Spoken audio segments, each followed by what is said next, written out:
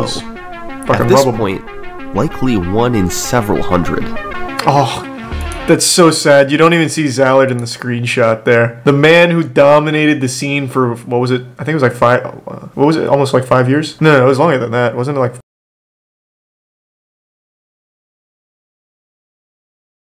Watches the new Summoning Salt video. I don't know too much about Super Punch-Out. I followed it a little bit a while ago because I remember on Reddit there was I think it was either a big discovery or a really big record that got taken away. So I vaguely know a bit about Super Punch, and it's a pretty fucking cool story, and Summoning Salt always slaps. So we're definitely doing Summoning Salt now. Imagine if this was in the Olympics. We're not too far off from gaming being in the Olympics, man. I think it's just around the corner.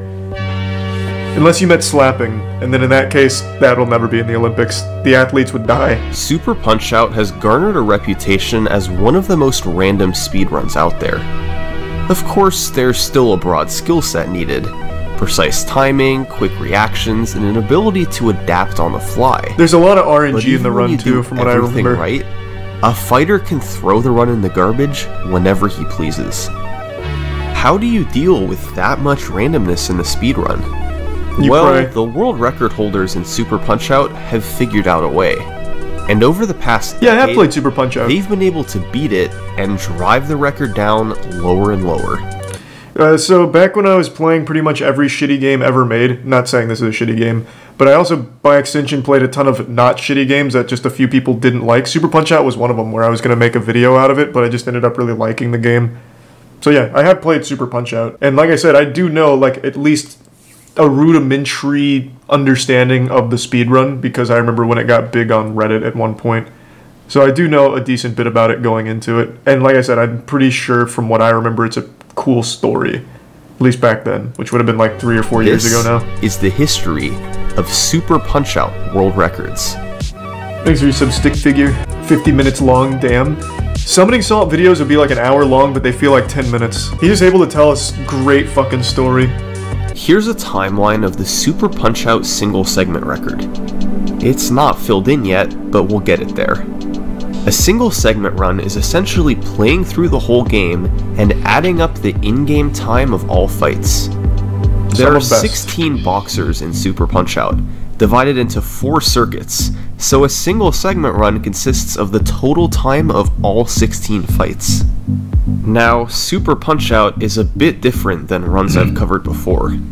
It is quite literally a gauntlet of RNG. Yes, sir. You have to make it through all 16 fights relatively unscathed from bad luck to complete a good run.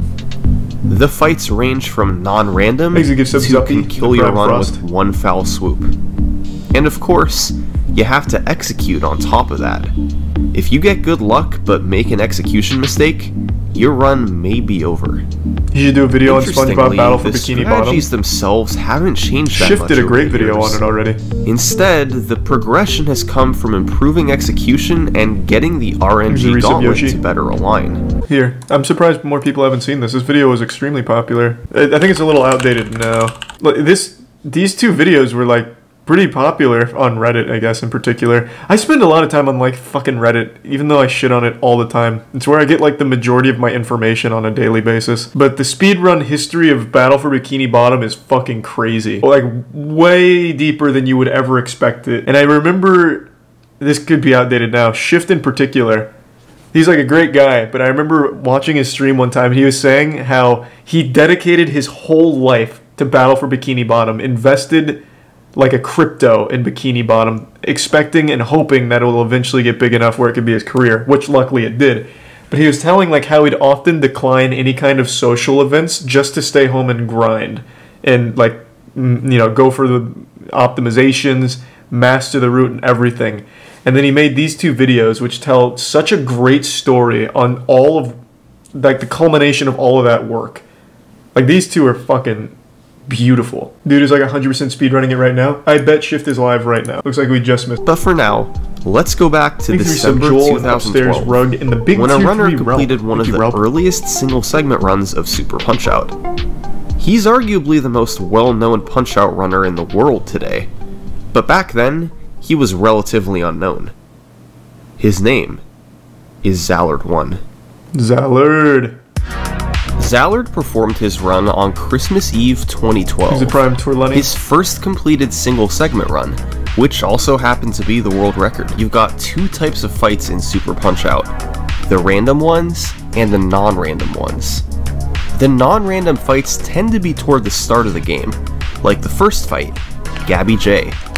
Zallard started by repeatedly punching him in the face. These punches were all buffered, meaning as soon as one was thrown, he held the buttons for the next so it would come out on the first frame possible. These face punches served two purposes. First, they helped fill the super meter, seen here at the bottom of the screen.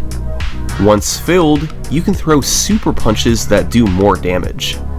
And second, they helped fill the dizzy meter, a mechanic abused across all 16 fights in the game. Do this enough, and they'll become dizzy and back away. By precisely timing a punch when they come back, bro, look at those titties. They'll get knocked down instantly. Man, don't be mean to Gab. This is used across the run to score quick knockdowns, and leads to most opponents being beaten in just seconds. A dizzy opponent has that window where they can instantly be knocked down. However, this window can be quite small, and it's easy for even a world-class player to miss. Fortunately, Zallard invented a way around that. Buffer strategies. It's possible to waste the exact number of frames you want, so an attack will land on the same frame every time. For example, let's say Gabby J's knockdown. It seems like the hardest part about Super Punch-Out is always going to be the RNG. 129 frames after the dizzy begins. I can't imagine there's too much. Well, it just so happens that a full duck, a right body punch, and a high super waste exactly 120 frames. Non-random fights like Gabby J are usually pretty simple, but the difficulty level ramps up as the game goes on. Take Aaron Ryan, the 9th fight. The first knockdown is from a dizzy, but when he gets up, you have to precisely time a super to counter his attack and send him down again. Zallard didn't have a buffer to time it, but he nailed it to send him down for the KO. Good to see you, Trey. I've been alright, man. Hope you're doing well. Those fights are non-random or close to it. Some have tough punches that have to be timed, while others are even simpler. I have to imagine speedrunning a game this old is always going to be frustrating too. But then, there are the random fights. These are the fights that more or less define Super Punch-Out as a speed game. Not only do you need to execute properly, that's a given, but you also need to deal with luck. Luck that can range from a golden opportunity to potentially just get lucky.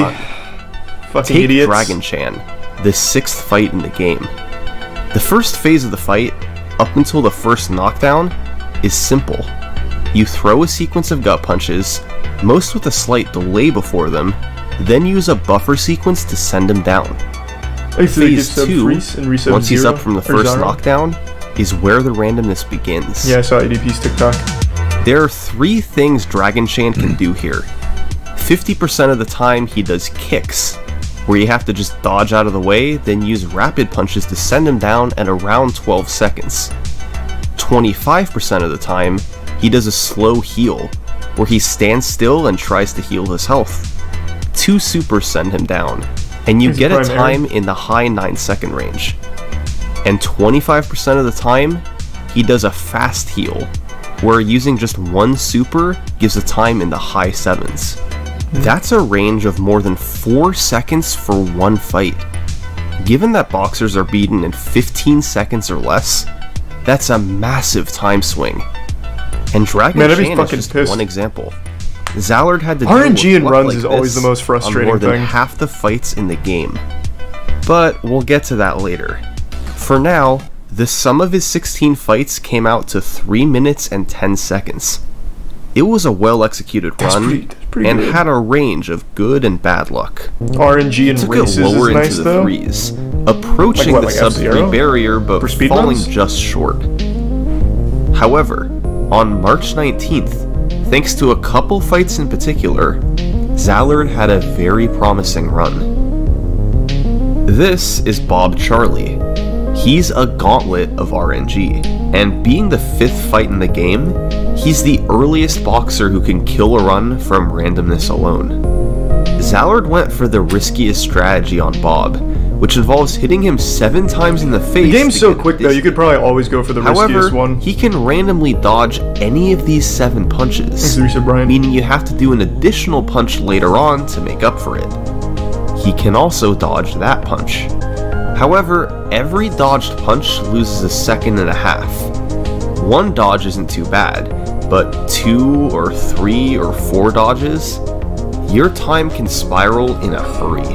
I imagine they found a cool glitch at some point on this particular just run, to fuck him up. Bob only dodged once, so he moved on with a very solid 6.99. When are you running the Unfortunately, Hobbit? Dragon Chan I still gave have to kicks, learn it. so he failed to gain much time there. But thanks to some very solid execution down the stretch, Zalard was able to keep it close going into the special circuit. Hey, summoning salt. And it was there he had to face off against Hoy Carlo. Oh, you don't want to face off against Hoy Carlo. That guy's a bad man. Brutal. He's extremely random, and he's the 3rd to last fight in the game. Not an opportune time for a bunch of RNG. A lot of the first phase of the fight is playing it by ear. You want to throw punches and hit him with supers to get him dizzy. Of course, he can randomly block you, duck under punches, and potentially shove you to the side. If he shoves, it destroys your dizzy meter and can kill your run instantly. In phases 2 and 3, you need to throw supers to knock him down twice more. You can beat Hoy in 8 seconds. I feel like it's always worth to go for that. The odds in getting it were less than 2%. Oh, maybe not. A 10 to 12 second Hoy is very solid, but it can get ugly quickly. If he shoves in phase 1, it can be impossible to beat him in under 20 seconds. As you can imagine, it's awful to have to deal with this at the end of a run. But this time, Zalard got some luck. An 11-second Hoy with no ducks. Not bad. It put him ahead, and he never looked back. Thanks, we said Doggo and a Big Mom. 254 single segment run. Fantastic execution. Breaking the 3-minute mark. And sub 3 by a mile. Zalard could only manage 1 word of analysis. What? With the record Classic being Zalard. below 3 minutes, Zalard would take a break from Super Punch-Out runs. He was the only runner in sight of the record. Months passed, and his 254 was just solidified at the top. But as good as that 254 was, Zalard knew he could still squeeze a bit more time out of it. So in early 2014, he hopped back on and started doing attempts. On January 23rd, he had a run with an okay start. 2 dodges from Bob Charlie, and some mistakes that put him slightly further behind. Oof. On Hoy, he got a solid 12-second fight with no ducks, but some bad luck at the end brought the run back to nearly even. Just weeks later, he chipped away a bit more. He had a reasonable pace into the special circuit with time to save. However, he still had to get... I don't remember that schoolboy. 1, 2... Yeah. 5 gift subs, truly? And tier 1 Mike. Dick. Truly? 3 dodges. Not exactly ideal. Even so, with time to save at the end, Zalard was able to do it again. Fuck yeah! Another third of a second. Now, this is one of those games that's just always going to have a perfect optimization. They weren't exactly setting the world like a theoretical best limit. In all, Zalard had lowered the record by 0.75 seconds. He knew he could do more, and weeks passed, but the game's killer randomness prevented any other records. It was starting to get very frustrating. And then came February 27th, T-Pain 2014. Starts running it.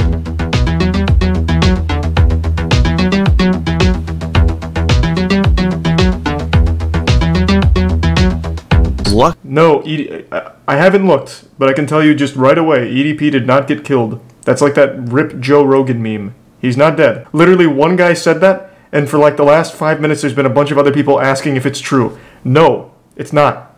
Christ, it's a fucking meme. EDP just opened a TikTok account. Unless TikTok assassins got him in the last 40 minutes, I guess is possible. Unlikely. I don't feel like looking. I can just probably assume it's just a meme. Luck had finally gone his way. His tier execution one had wrench. been on point from start to finish, more than 4 seconds ahead of the record. This was a rare opportunity to jump straight to the 240s. But in his way was one more fight, the last fight in the game. And this one was gonna be tough.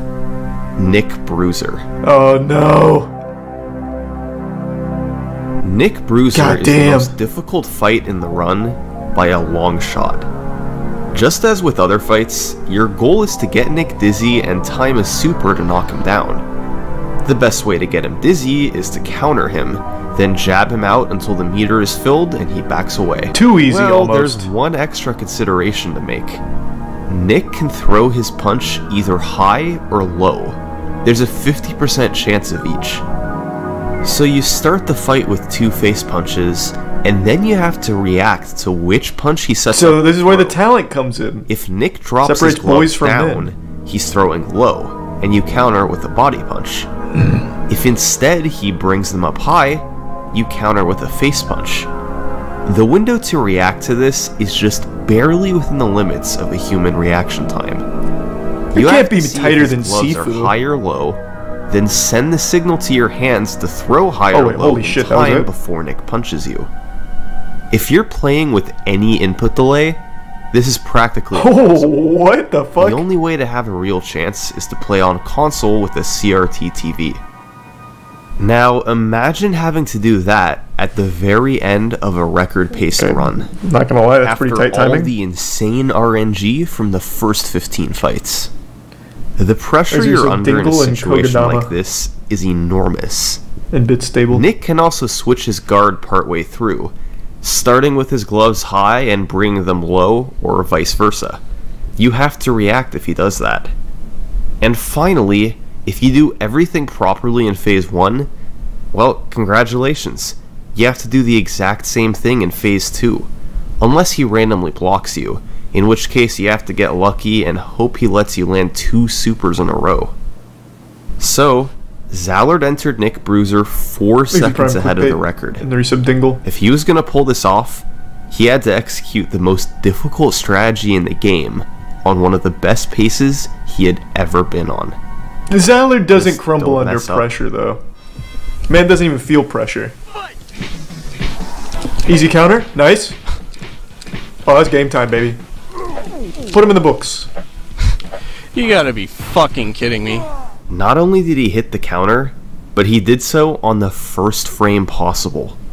A frame-perfect counter speeds up Phase 1 by a fraction of a second and allows for some wiggle room later on.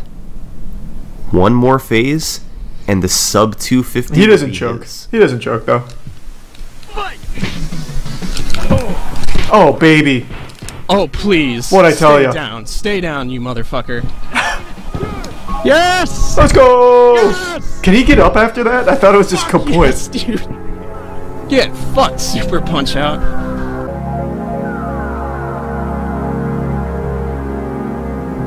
Super Punch-Out had just been taken to a new level. A sub 250 was Please do Zallard's some wavy. ultimate goal, and in dramatic fashion, he had done it. With nobody close to him on the leaderboards, he felt safe to stop running the game. Mission accomplished. Until Distortion 2 runs it. Man's run every other game. Might as well take another record.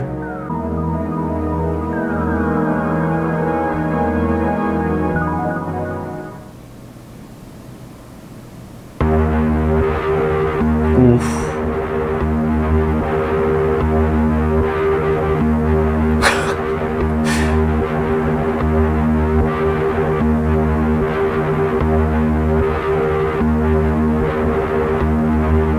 What's happening?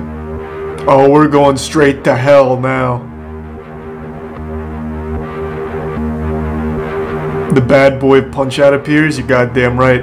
Nick Bruiser. Has Summoning Salt ever covered one of your speedruns? No, but he told me he's going to be covering Mr. Krabs overdoses on ketamine and dies and House of Caravan, so he will soon. Yeah, just keep your eyes peeled. It's coming, I'm sure. Heartbreaking. Nick threw his punch up, but Zallard missed the counter.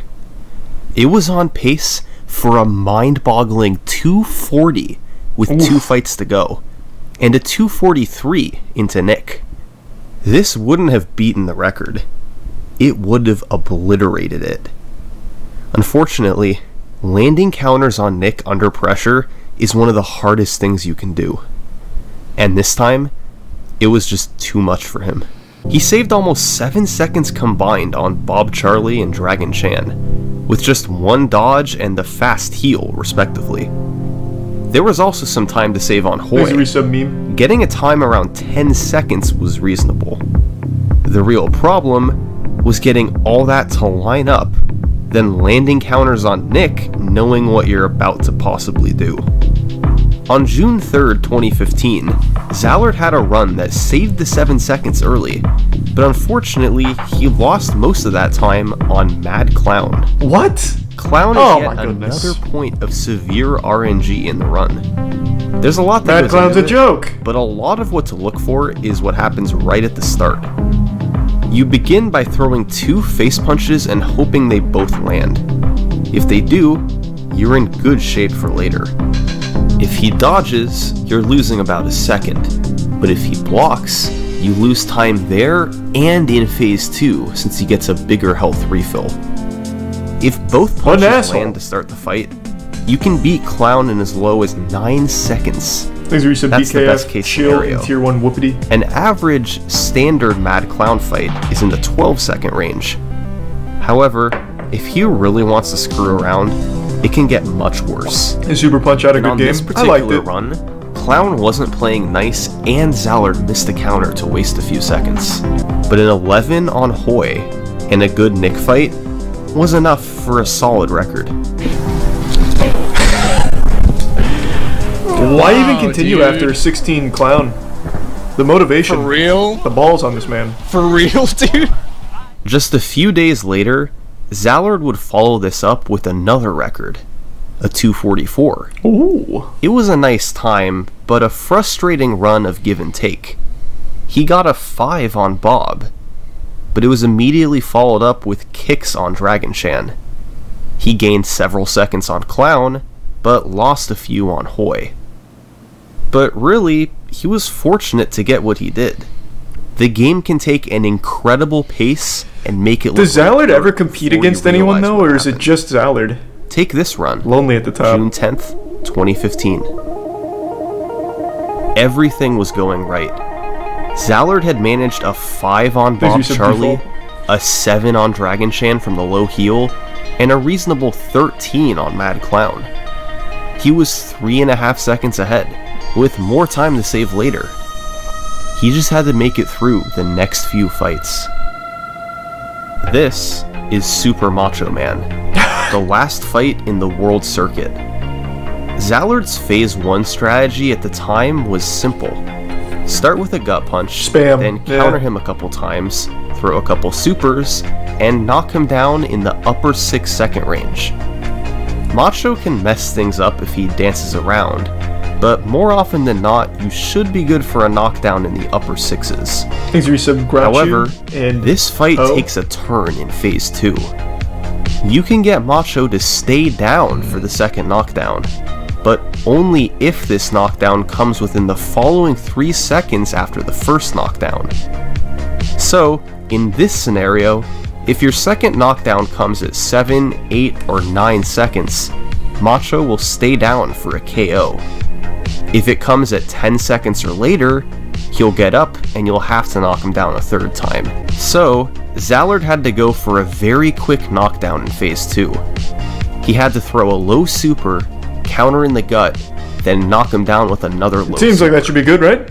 If Macho moves around at the start, this strategy doesn't work. If Macho does any of his 3 exercise programs, this strategy doesn't work. The only way it works is if Macho stands perfectly still for the whole phase. So, what did Macho do this time? Oh! That's what I thought. He lost more than 7 seconds. A brutal blow, but the run was still technically alive. How? Next up, however, was Narcissus Prince.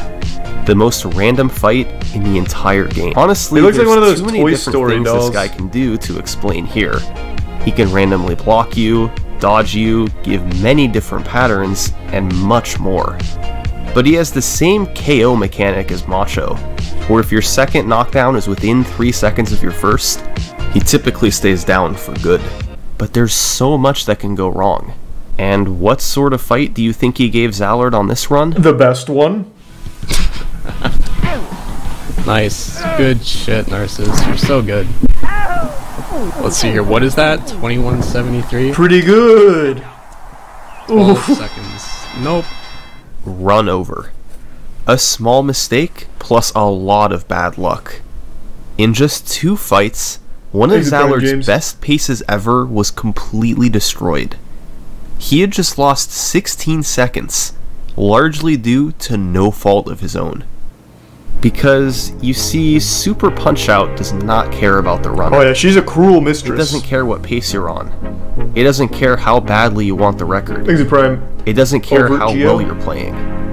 It can take away your run whenever it feels, and there's not a damn thing you can do about it. So, 244 was where the record stayed. More months went by, with no improvements in sight. Interestingly, in August 2015, a second person managed a sub let's 3 go! when Hootie New pulled face? off a 253.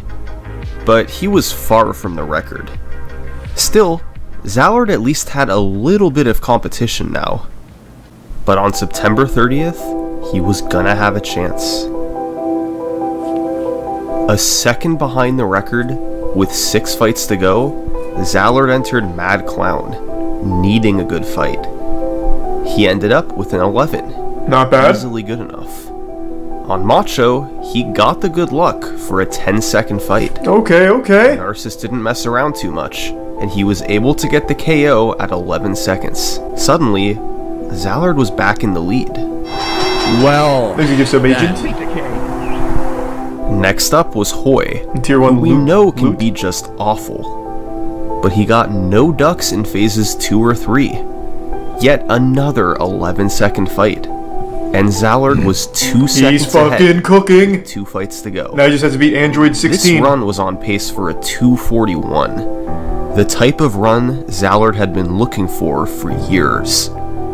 But there's one fight I haven't told you about yet. Because Nick Bruiser has a twin brother that comes right before him. Oh, This is Rick Bruiser. Rick is a I don't know what I really was straightforward fight.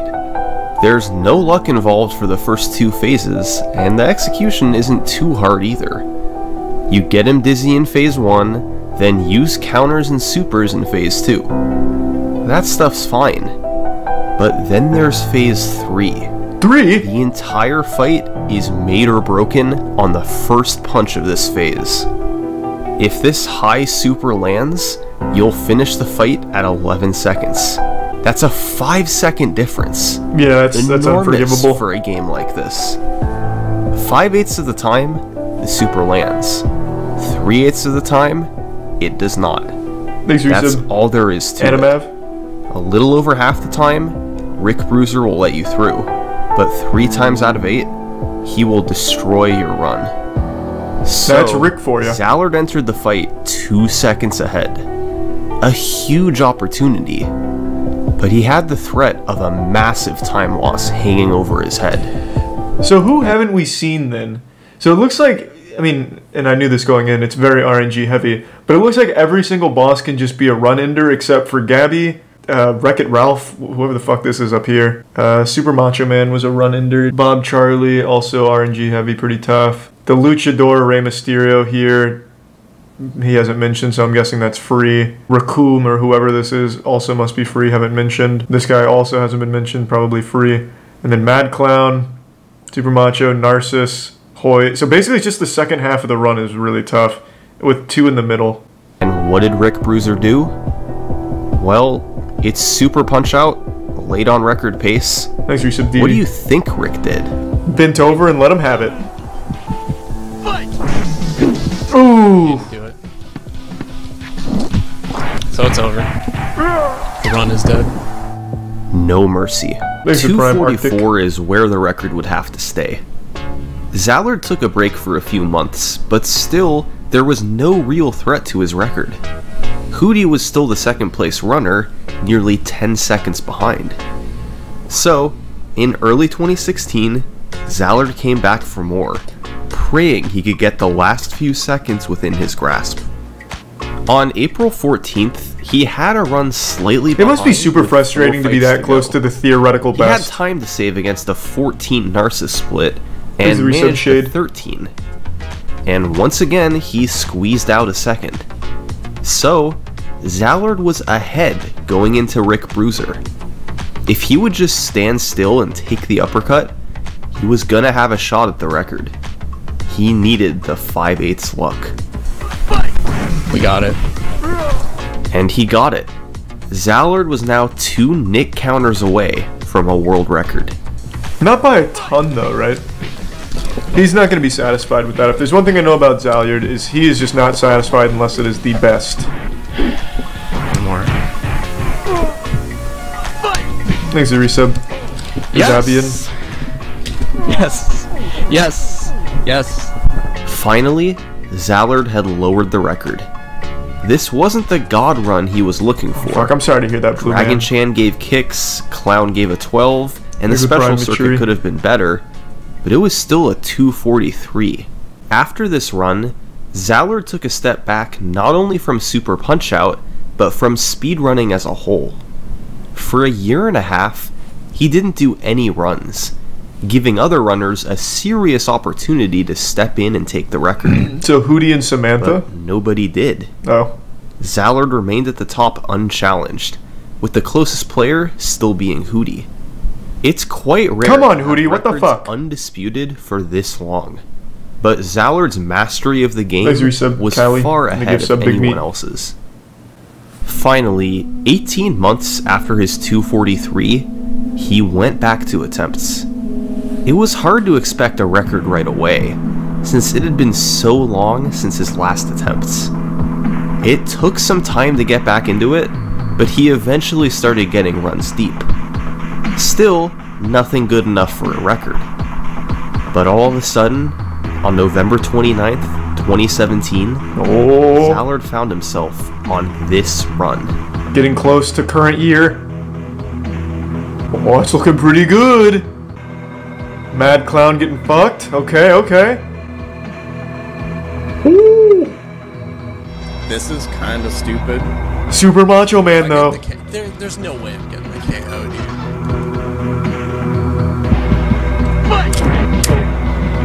No fucking way, dude. No fucking way. What is this? The God Run What online? is this bullshit?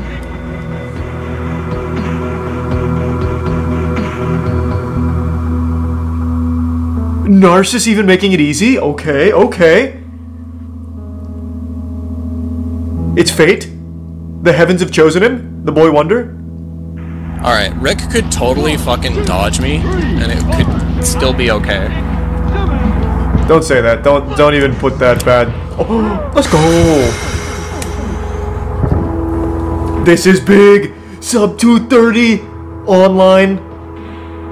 Now it's all up to Nick. I'm gonna miss, dude. Will he let us eat his ass? Come on, baby. Fucking boss baby out here. Oh! Oh my god! Zallard! No, Zallard! One of the toughest things to do in speedrunning is executing under pressure. Super Punch-Out may be known for its randomness, but even when you walk Fuck. the lines, you still have to execute. And if you don't, you're gonna get punished. Oh, it's tough. Fortunately, after years of running the game, Zallard had become quite resilient, and a few months later, he had another run ahead into the special circuit, albeit not quite as far ahead. Yeah, fuck this, man. But Who suddenly, cares? after This is a managing bad, a stupid 10 on run. Hoi, the pace became much more serious. Oh!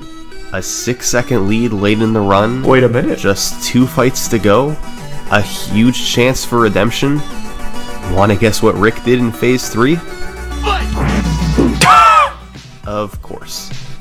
Still, he led by about a second, and hit the counters on Nick for a small record. It wasn't what it could have been, but a 242 was He's still a tier 1 progress Greg. made. And on April 26th, he'd make even more progress. A 240.36. Here we go.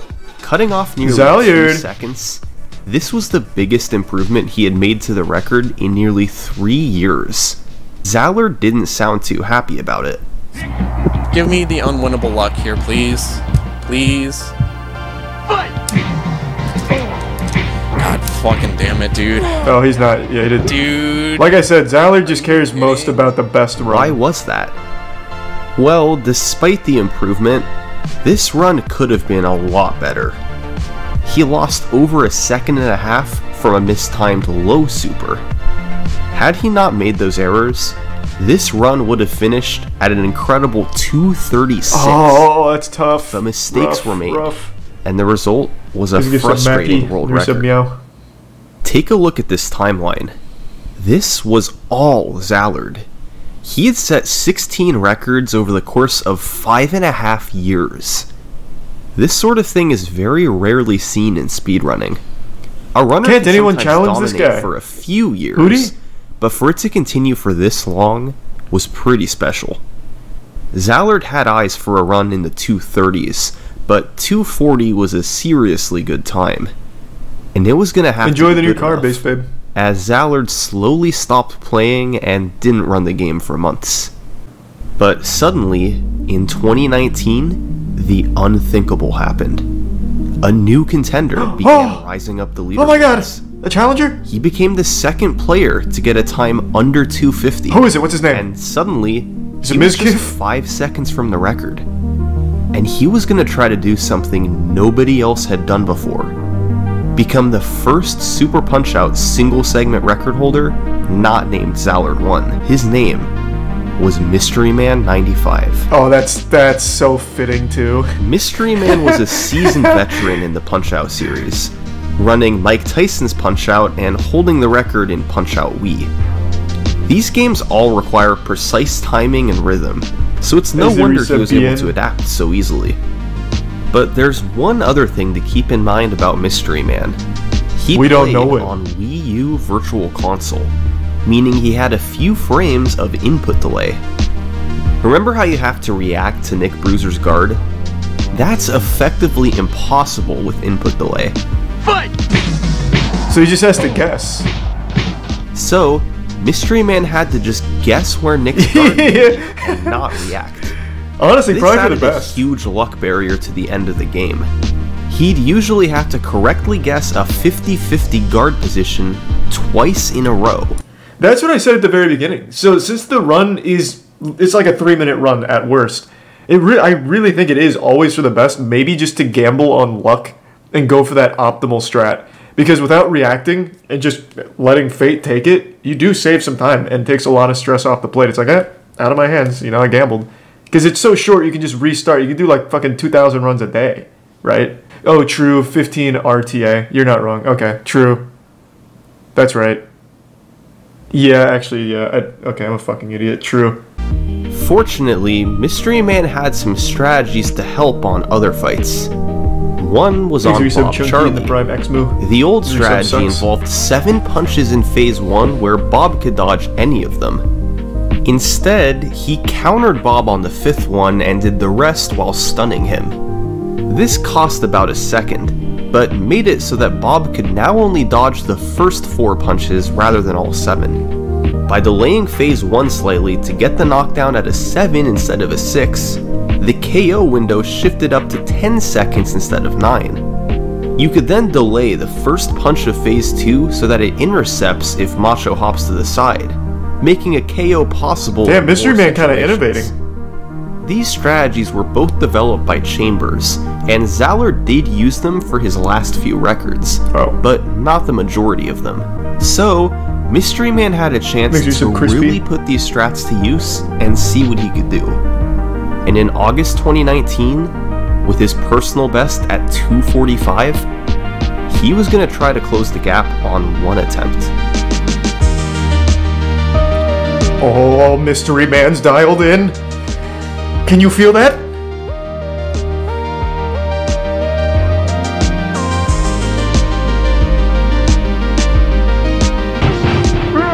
Typing in chat during his own record. What a maniac.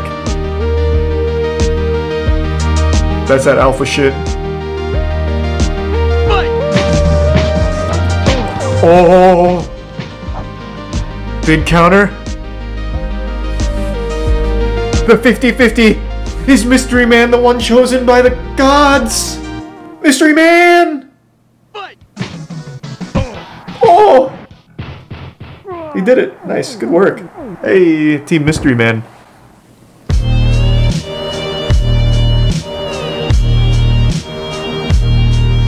There was a new king of Super Punch-Out, and he had done it by a mile. Mystery Man himself didn't see this coming. A 236 demolished the record. The most incredible part of this run was the special circuit. It set a new standard. A 12 on Narcissus was a solid start, but a 9 on Hoy was incredible. Rick took the uppercut in Phase 3, and he landed both counters on Nick. For the first time ever, the record didn't belong to Zallard 1. Mystery Man had ushered in a new era of Super Punch-Out speedrunning, as slowly, the leaderboard began to expand with more floodgates are open now. This is how it always happens. This was the type of competition Super Punch-Out had been missing for the last several years. By mid-2020, there were 7 runners with a time below 3 minutes. One of those people was known as Stock, slowly lowering his personal best before settling on a 245. This meant he was still 9 seconds from the record. But in August 2020, he would find himself on a remarkable pace. 10 seconds ahead of his personal best, holy and shit, a second ahead of the record, going into Rick. Was that clown? Oh, I want to look at that clown. A 9-second clown? Is that better than Mystery Man's? I don't remember what his clown was. That feels like super fast. This was a 2:35 pace, and he was in position to take the record.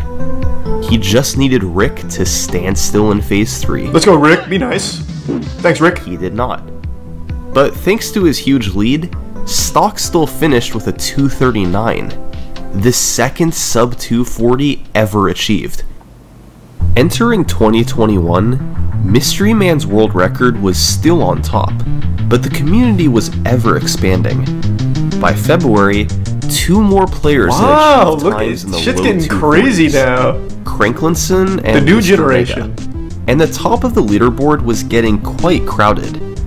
It seemed inevitable that someone was gonna break through. He's a prime Chiron.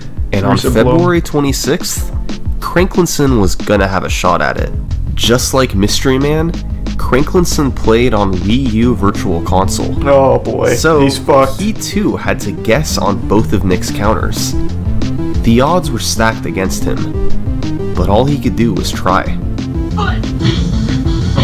Oh shit! Let's go, Cranklinson. New world record, 235.68. Cranklinson had about as close to a perfect second half as possible. Specifically, these 3 fights were impossible to gain time on, at least with the strategies he was using. But when combined with the incredible second half, it was easily good enough for a record. Was it enough to get the community to give him an Elgato so he could film it better? More active. By May, 6 people had a time in the 230s. As incredible as Zallard's dominance was, now he's nowhere to be seen. He was now in 7th place. The level of luck you needed for a world record run was rapidly increasing. If you got a 12 on Narcissus, that suddenly didn't look so good compared to the 9 that was in the record. A few new strategies were worked out, particularly on Narcissus, but the biggest one was on Hoy. Cranklinson had figured out a new Phase 1 that would ultimately give a higher chance for the 8-second TKO. Those fights would be crucial as the record was approaching the low 230s. Oh, in mid-2021, players Murakuma, Mr. Mega, Universe, and Fat Potato Seal would all have runs make it to the final 2 fights on record pace. And for the rest, they lost the run to Nick Bruiser. Damn you, Nick. Especially at the end of a run, it was really hard to get everything to align. But players knew there was a little more they could get out of this run. With several people at the top trying, they knew that the God Run could happen. A run where everything lines up.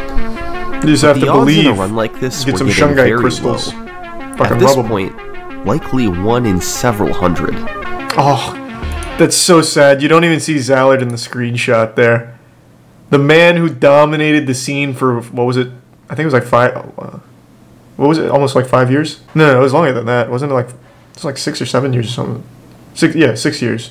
5 years? Was it 5? Fuck. Regardless. 5+ years. And then the new generation comes, the fucking Zoomers, and they kick him out. God rest the soul of the old guard. On September 3rd, 2021, Mr. Mega was doing some record attempts. And he suddenly found himself on an incredible pace. A 6 on Bob, followed by a 7 on Dragon Let Champ, Zallard and a rest. 7 He on built the Masked stadium Muscle. they play in. 3 fights in a row with perfect RNG. So far, this was essentially a perfect run. He lost a bit over a second thanks to a 10 on Clown, rough. and got a 12 on Narcissus, but he could easily afford it on this pace. A little over a second ahead going into Hoi, now more than ever, he needed a good fight. Thanks to Prime Pulley Beats. Oh, I thought the game crashed. An 8 is a perfect time for Hoi. Rick Bruiser led his super through, and Mr. Mega was 3.5 seconds ahead. Come on, Nick! Bruiser. Come on, This Nick! wasn't just world record pace. This was destroy the world record pace. If there was ever a time to execute on Nick Bruiser, this was it. This is the one. No pressure. And Mr. Mega's never felt pressure in his life. Oh yeah, that's Mr. Mega. First counter. Oh, some wonder if he's even human. Let's go. World record, dude. Are you fucking serious? Holy shit, holy shit, holy shit. 232. Let's go, Mr. Mega. A huge world record from Mr. Mega. Damn. He had just shot Fucking Clown unlucky. This would have been a crazy record too if not for Clown and Narcissus. Sad. It was very close to the God Run. from Mr. Mega.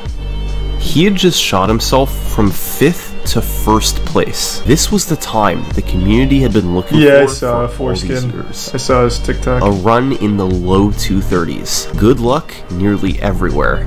And nailing it down on Nick Bruiser. It wasn't perfect, but the opportunities for time saves were extremely limited. Super Punch-Out had finally gotten the run it deserved. He's Resub Nova. And that's where this Donut video would in end. Atlanta. That's where the story would end. But it doesn't. Because T-Pain started Look, I running don't it and got a switch to sub first-person 230. narration often, but I don't really have words to adequately describe what happened next. Because 8 days after Mr. Mega set this Is it tier 1 record, Risu? Fat Potato Seal did one of the craziest things I've ever seen. On screen is the running total of the odds of the run Fat Potato Seal was on. He answered the first major luck barrier in the game, Bob Charlie, and ended up getting a 6. A perfect fight with Nice. no dodges or blocks. He then fought Dragon Chan, and once again got perfect luck with the low heal. Not bad. 1 in Masked 20. Muscle Basically also gave the 100%. best luck possible. He had gotten perfect luck through the first half of the game. He moved to the second half. On Mad Clown, he got a 9-second fight. The best possible luck. Ooh, the Clown? Also, he got the KO at 10 seconds. The best possible luck. That's Fat Potato Seal, On baby. Narcissus, he got a 9-second KO. Look at that Technically, a smile. high 8 is possible. He's grinning, but a he low knows. 9 is essentially the best possible luck. The gods chose him. On Hoi, he got an 8-second TKO. The best possible luck. Then it was time for Rick, and his random uppercut in Phase 3. And yes, he got the best possible luck. I need to hydrate ASAP. I've been making these videos for 5 years, and this run, I genuinely don't remember seeing anything like this. And then Nick fucks in any other it. game. Oh my god, I already know how it ends. Other than half a second, Nick ruins it. on every single fight, No! with RNG swing, he had just gotten perfect luck with his strategies. Not good luck, not great luck, perfect luck. Don't do it, Nick. Fat Potato Seal Nick. was on a 227 Don't pace do it, Nick. into Nick Bruiser. Just imagine the pressure in a situation like Oh, I don't wanna. I already know it. this I is already a know it. once in a lifetime opportunity. I know what happens. Nick fucks it. Your hands start to go numb. That bastard. You feel your heart beating in your throat. I'm already mad. Basic tasks become nearly impossible. And landing counters on Nick Bruiser is anything but a basic task. But he might never see this pace again in his life. Come on, Fat Potato Seal. Let's go. Buckle down. He passes out. Come on, Fat Potato Seal. Don't do it, Nick. Give it to the boy. Oh no. I knew it, yeah, I knew it, I knew it, I already knew it. Damn you, Nick! Pizza cake. Right on.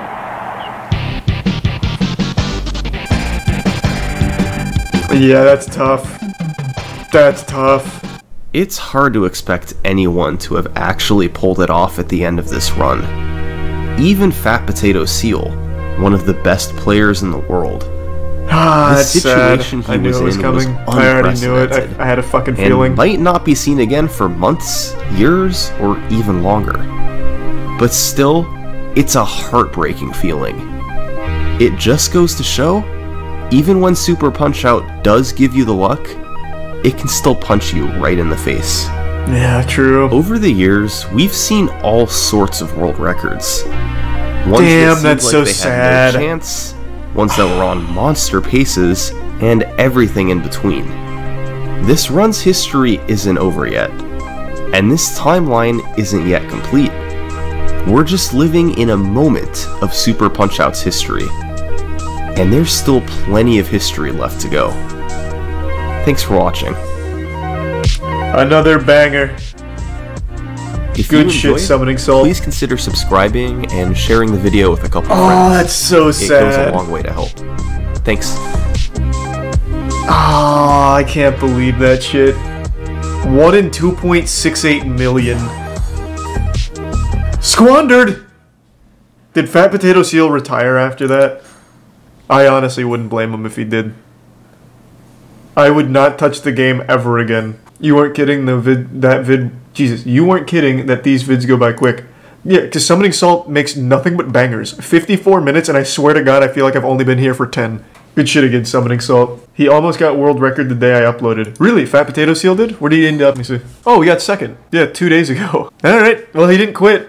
He's a stronger man than I am. I would have given up. I would have... Everyone fucking hates Rings of Power, the Lord of the Rings Amazon show. I just thought it looked really generic. I don't have any strong feelings on it at all, but people are really upset. People love Lord of the Rings. Yeah, and I didn't think they did like a super disservice to it or anything, at least not based on the only trailer that's out right now. Or at least the only one I think is out right. Oh, there's a new one. No, wait, this is the one they played during the super... Oh, no, this is new. Maybe I'll hate it. What else is out there? Maybe I'll start making my own Twitter hate thread.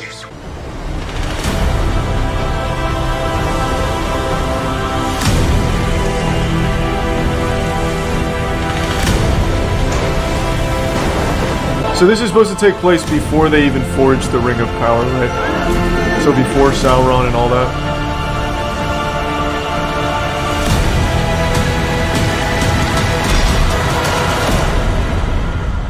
Yeah, just like the other trailers, I have absolutely no strong feelings on that. So why are people super upset? It doesn't even look like shitty. There's nothing in there that jumped out at me as like, damn, this looks like a pile of shit. It just looks painfully generic, which I guess for a lot of people could be grounds for being upset. This scene doesn't look very cool though. I will agree, this is kind of goofy. Set 2,000 years before the Ring of Power. Yeah, I guess I don't really understand what there is to be super upset about. It just doesn't show much of anything. Just looks very generic. It'll probably suck because it's a reboot. How is it a reboot? It just takes place 2,000 years or something before the Ring of Power. Damn. They just got that L+ ratio down here. Just spamming the Tolkien quote. That's the issue. It's too generic, and all that love Lord of the Rings are raging over it not being perfect. I mean, I'll agree this trailer is very generic, but that doesn't mean I have any strong feelings on it one way or the other. Doesn't mean the show has to be garbage. I thought Game of Thrones looked painfully generic, which is why I didn't watch it for the longest time, and then I ended up really liking Game of Thrones all the way up until season 7 and 8. I'll probably never watch Game of Thrones. You probably shouldn't. There's no reason to. It concludes horribly, and the conclusion is honestly one of the most important things in storytelling, so if your conclusion is dog shit, it ruins pretty much the whole journey there, in my opinion. You can have a mediocre conclusion, and everything's fine, but an actually terrible one, it undoes the entire journey. What about The Hobbit? I didn't think the Hobbit movies were horrible. They're definitely not very good, but they were serviceable. They were nowhere near up to the Lord of the Rings trilogy, but the Hobbit movies weren't terrible either. I mean, they were fine. They weren't like insultingly awful or anything. It was just like a steep decline in quality compared to the original trilogy. Depends on the ending and how long it was going downhill. Mass Effect 3 doesn't ruin the journey. I guess video games is a little different because you get to play you get to like literally control the experience all the way up until the end. So if the ending's shitty, you can still at least remember how much fun you had getting there. I feel like it's just different for a movie or a show or a series like that. You a Walking Dead fan? Stopped watching Walking Dead after season 5. I don't think you'll like the Attack on Titan ending. We'll see. So far I've been loving it. I'm expecting it to have a bad ending because most anime does, but again, I would really like if it didn't. Hopefully it doesn't, we'll see. Wasn't Game of Thrones last season bad because George R.R. Martin didn't publish the final book, so the show just made up the conclusion? Common misconception. George will never finish that book. That man writes 3 sentences every 2 years and then takes another 5-year hiatus. But the reason Game of Thrones season 7 and 8 were bad is because the showrunners were getting a Star Wars offer, and they declined HBO's offer of letting them do 2 or 3 more seasons to wrap it up. They said they want to do it in 1. So they made Game of Thrones season 8. They rushed everything, and it was so bad they ended up losing their Star Wars deal anyway, so fuck them. But yeah, they outright declined HBO's offer for more seasons in order to properly conclude the story. Apparently the ending was pretty much what George R.R. Martin had in mind, but since the showrunners wanted to speedrun it, they just rushed to the end and nothing connected, nothing made sense, which is why the pacing was so all over the place. White Walkers die in like episode 2. It's like fucking crazy. They deserve to lose all of their job opportunities after that because they actually just wiped their ass with the whole show just to be done with it quicker, and it ruined it. That's why you'd never hear anyone talk about Game of Thrones anymore. Game of Thrones was one of the most talked about, literally the most pirated show of all time and one of the most popular properties.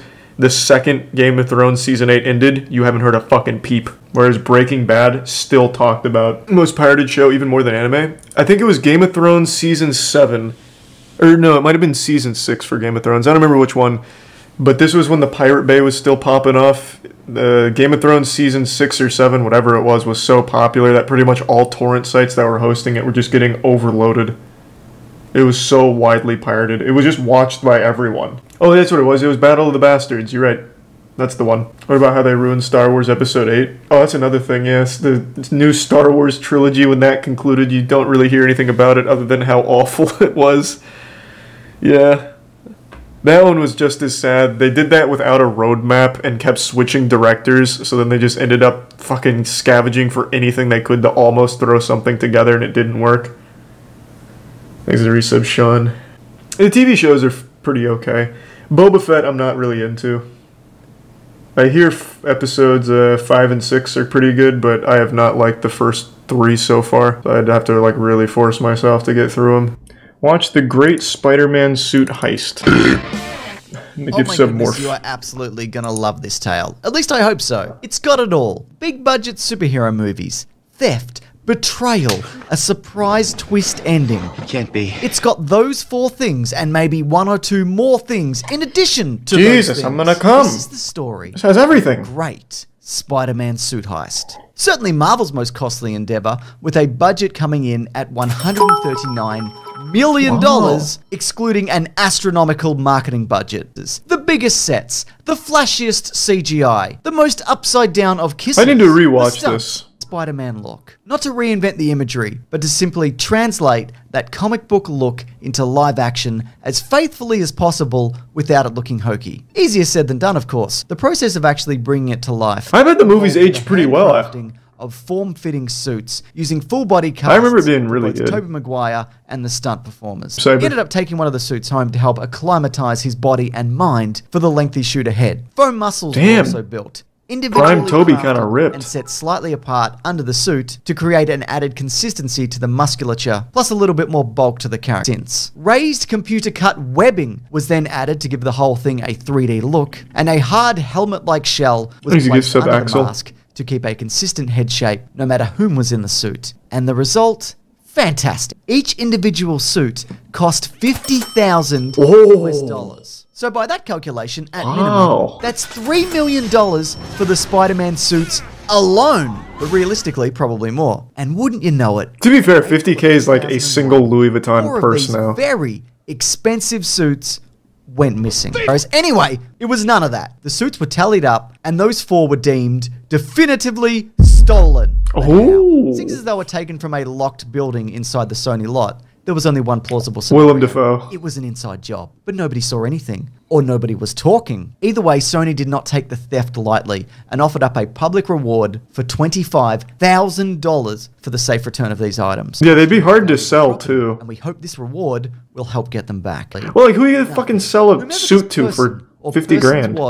They had gone to ground. Fast forward a year to June of 2000. Is it Tier 1 Cruise? We need some added context for the era that we're in. Without me, Eminem. Hot in Here, Nelly. Oh god, that was such a good song. Sheryl Crow. Complicated, Avril Lavigne. Oh, prime Avril Lavigne. Let's go. I don't know that one. But look, Spider-Man comes out and it's a monster hit. If you were the person who had the suits, you'd probably think at this point you're in the clear. The studio's focusing on a sequel. They're absolutely besotted with their own success. The cops don't know nothing, and Tobey Maguire is running amok in that celebrity poker scene. You know the one. Eventually having his allegedly terrible antics replicated in the film Molly's Game, as portrayed by actor Michael Cera. That's true, look it up. Then, in September of 2000, yeah, apparently people hated working with Tobey Maguire. Of one Jeffrey Glenn Gustafson spoke up. In September of the previous year, her now ex-husband filed for divorce at the Stanley Mosque Courthouse, Los Angeles. Yes, turns out that her ex-husband, Jeffrey Glenn Gustafson, aged 35, had worked as a security guard at Sony Pictures Entertainment. Culver City Police served search warrants at both his Los Angeles residence and a location in New York, the second of which being where 3 of the pilfered Spider-Man suits were recovered. The 3 suits found in NYC were said to be bought from both Gustafson and another man, Robert Hughes, aged 34. These guys did it. Well, mostly the Gustafson guy. But it doesn't end there. Anyways, a recovery for that suit was attempted, but also in possession of Gustafson was a Batman Forever suit, snugly fitted to a full-sized mannequin modeled off actor Val Kilmer from the 1995 DC blockbuster at $150,000. Suit was better when it had nipples. When did it have nipples? Columbia Pictures. The Clooney Batman had nipples? Contest to one felony. Did it? Which one was Clooney in? He was in Batman and Robin. That's what it was. Man, I don't see any nipples on this suit. Oh no, I do. Oh yeah, there's the little bat nipples. It was just dark in that one picture. It's pretty cool. It has a bulge too. Did it? Like Bible Man? God, I miss Bible Man.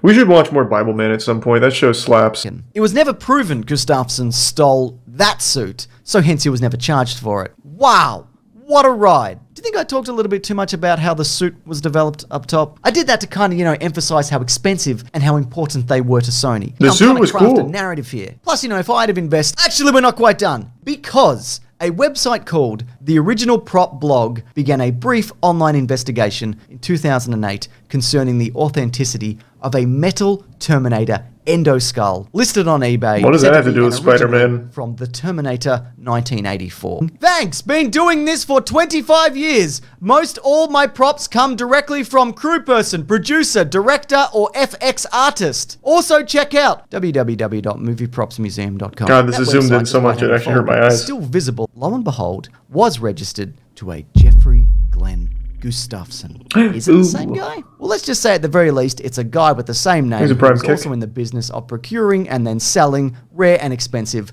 movie items. Every Monday. I need to rewatch Spider-Man. It's goofier than you remember. I'm sure it is. All movies made back then had some level of cheese and corniness to them, but I think that's what really helped elevate them to a certain degree. The day Xbox almost died. The day Xbox almost died and how it was saved. Because it's the day that Xbox almost died. No, not possible. They did so well with the Xbox One. May 21st, 2013. That was the day the Xbox One was revealed. And believe it or not, that was the day the Xbox One almost died. Oh yeah, it was revealed by Don Matrick. They talked about TV a lot. You might remember some TV montages. TV, television, TV and movies. TV. Yeah. It ended up being $100 more expensive, and that reveal did not focus enough on games. So what went wrong during this reveal? Pretty much everything that could go wrong. The Xbox One was revealed, and it was a dud. Besides a wardrobe malfunction. Reasons. First, it had an insane "you must always be online" rule that everyone hated. He said, get a 360 if you have a problem with it, basically. The exact quote was, fortunately, we have a product for people who aren't able to get some form of connectivity. It's called an Xbox 360. And you just read that quote. What a douchebag. And it is just such bad PR. Needs to be some Lycaon and Lillers. As you may know already, Don Matrick did not stay at Xbox for very long, but we'll get into that a moment. Always online thing, and there was a dumb sharing policy also. What was the dumb sharing policy? So you would be able to share. It was an Xbox One to people who were on your friends list for 30 days. You can only do it once. It's in gift subs, Lillers. You can gift games, but you can't borrow them. This was just insane. They later reverted it, but not before Sony released this commercial showing how their sharing functionality works. This is how you share your games on PS4. Oh, I actually remember this. He just hands him the game. Yeah, I remember that. PlayStation. Yeah, it's pretty hilarious. So eventually the Xbox team would eat crow on that, and on the borrowing policy, and they would just revert it completely and change what they said. So there was the fact that many believed the Kinect spied on you. Microsoft denied these claims, but according to Slate, Microsoft had filed a patent that suggests it is interested in counting the people in the room to charge each of them pay per user content. Yeah. Wow, that sounds great, doesn't it? Why would you let that in your living room? Or the fact that, like I said, it was $100 more expensive. It was not great. The Kinect was great. It had such games like... It had a really good lineup. Rise, Son of Rome. Yep. Pretty good game. It had a new Forza. It had Call of Duty Ghosts. Okay, all the games weren't great. Our new dog model is taken from high-resolution scans of an actual SEAL Team service dog. But anyway, the point is... the worst two consoles ever made are the Wii U and Xbox One. About Xbox. A lot was going on behind the scenes. Of course. And basically everybody, not only in the E3 reveal, but also in the original reveal, left Xbox entirely or were transferred to different departments. Do you remember the Stadia? Stadia doesn't count either. Phil Harrison left Xbox the following year in 2014 also. He went to Google to run the Stadia team. Hey! He's the vice president at Google. So he's doing really well then. He's also very nice. And so Seema said, I've never talked about this before. This was on March 3rd, 2019. But the irony of Don Matrick as Xbox chief was huge for me. When I first came to EA Canada to present the idea of a Microsoft console, he nearly blocked me from addressing the company because he didn't believe it was possible. It was tense. Seamus, Jesus. I am very sorry that I said your name wrong, but I'm also very sorry that you had to deal with that. He revealed that there was a point that Microsoft just said, let's just abandon Xbox. It's done. It's over. Yeah. And now I kind of want to talk about why people like Phil Spencer so much. The reveal, just nobody likes it. Even after the console came out, it was a challenge. Games were running at sub Everything was wrong with it. It is a I remember trash Thief console. was running at less than 1080. It was fucking They were awful. running well. The PS4 just was knocking it out of the park. He's a tier 1 Dilbot. So there was a world where we almost did not have Xbox anymore. And here's what happened. Here, Phil is the reason Xbox still exists. Satya Nadella and Phil basically had a conversation. Those two, and I would argue Bonnie Ross. Phil said, let's just buy Activision. Xbox still exists today. So Satya and Phil had a conversation, and it was about continuing the Xbox brand instead of giving it the X. In that interview with Shack News, Phil told Satya Nadella, you know, gaming can be a real important consumer category for the company.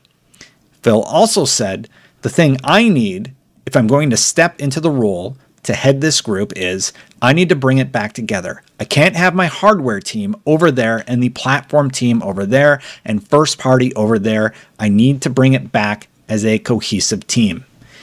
And Nadella took a chance on Phil Spencer. Who's Nadella? And the rest is kind of history. Two people from that presentation like it's Microsoft AI Phil or Spencer and Bonnie Ross. Bonnie the Ross CEO is of still Microsoft. there. Phil Spencer is still there. And they are rocking it. Making the decision to delay Halo Infinite. That was the right move. Putting previous Halo people on that project. That's the right move. She is a Halo Infinite was fine. I like it.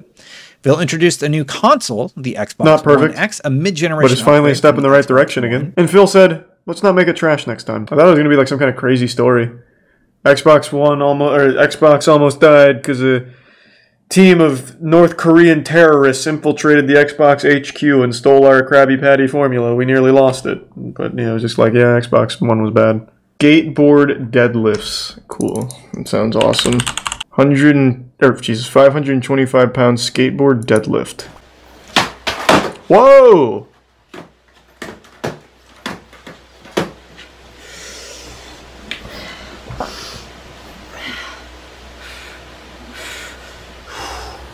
Nah, I'm not impressed. Now do this on ice. Then you'll have my respect.